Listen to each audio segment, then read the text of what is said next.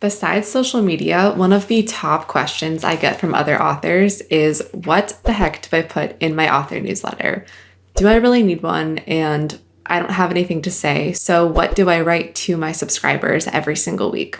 So we're going to dive into author newsletters in today's video, and I'm going to talk you through a few tips to make writing your author newsletter much easier and really streamline it so that it doesn't take up your time. You don't really have to think too hard about what you're putting in your newsletter. So firstly, there are a ton of different email platforms out there. There are things like Substack. There are platforms that are a little bit more robust, like MailerLite or ConvertKit, things that are more tailored toward online businesses versus authors. There are hundreds of email platforms out there. Your website might even come with its own email marketing platform. So I recommend doing your own research and seeing what would be a good fit for you. There are also author-specific platforms such as Story Origin and many more.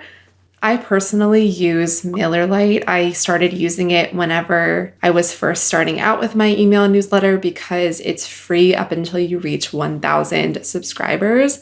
And so that is great for a lot of authors until you want to start putting money into it and growing your email list a little bit more. But lots of authors use the author-specific ones. The reason that I chose MailerLite is because it has automation, meaning that whenever someone subscribes to my email newsletter, they will automatically receive an email from me with my reader magnet. And so that's something that I really recommend having in place if you want to grow an audience for your author newsletter, is having a lead magnet or a reader magnet, which is basically something free that the subscriber gets in exchange for subscribing to your newsletter. So it's very common to have a free chapter or a free book, free short story. I personally do, in the mental health writing world, I do a free poetry print and some mental health affirmations. And so that's what people get whenever they subscribe to my email newsletter. So you want to make sure that that is specific to you and your books, your genre, so that people are likely to sign up for it. So do your research on all of the different platforms and choose one that fits your budget and your needs. A lot of authors are using Substack, which is awesome. Not quite as robust with all the different features that it offers, but you can eventually monetize it if you'd like to monetize your newsletter, and it's a very simple place to start. So that's a great option as well. Now, when it comes to the actual content of your email newsletter, this can trip a lot of people up because you feel like you don't really have anything super valuable to say in your newsletter, but you definitely do.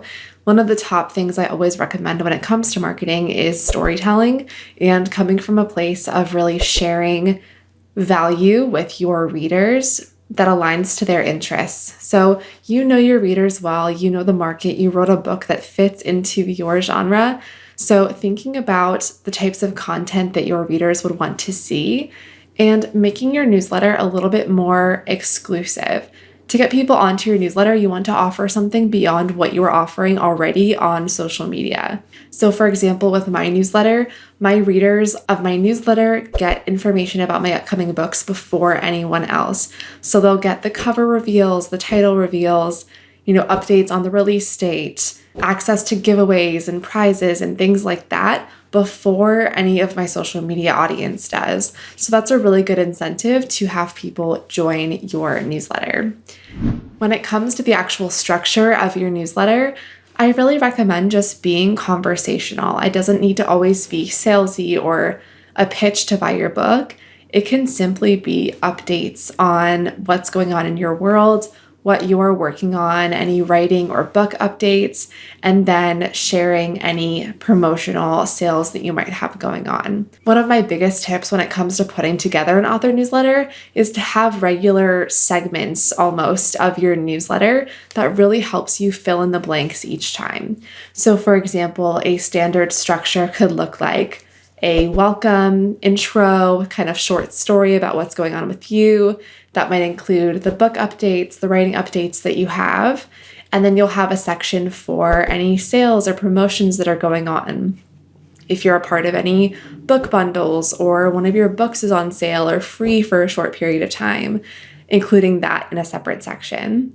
And then you could have a section such as what you're currently reading, if that's something that might interest your followers and you like to post reviews of other books in your genre, or maybe you're really passionate about music and you share the songs that you're currently loving and listening to. And one thing that I include in my newsletter that I absolutely love and is a big hit with my newsletter is a reader of the week. So in all of my newsletters, I feature a different reader who has tagged me in a photo of my book.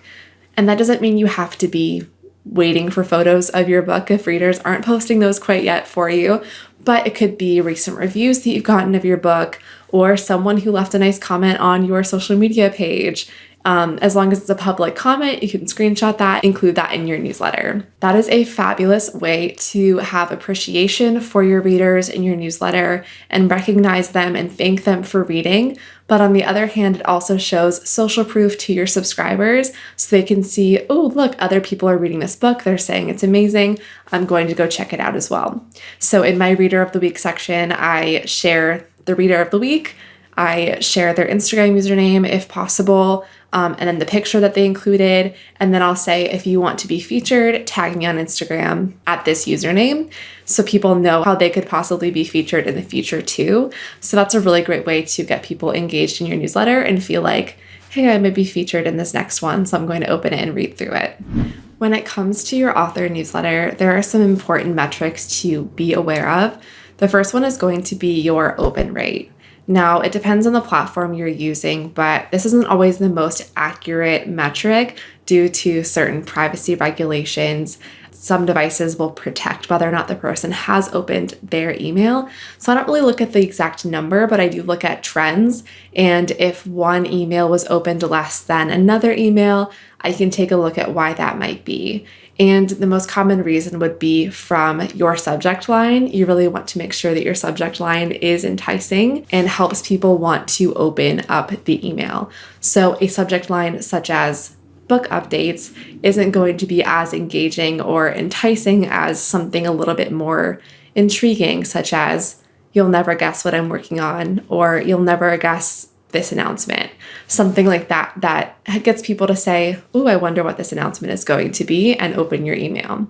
So if you notice that your opens are not very high, try playing around with your subject line to try to get that higher. The next thing you want to look at also is your click rate. If people are actually clicking into your emails, clicking on the links in your emails, going to your Amazon page or to your website to check out your books and hopefully buy your books, that is, of course, one of the main intentions of a newsletter is to get conversions to sales. So take a peek at who is clicking on what, the links that are being clicked. If you can change the button text to be a little bit more enticing, all of these things can be optimized over time. And lastly, you also want to look at your unsubscribe rate. There should always be a button to unsubscribe from your emails because this is a marketing approach. There needs to be an option to opt out. And so check your unsubscribe rate.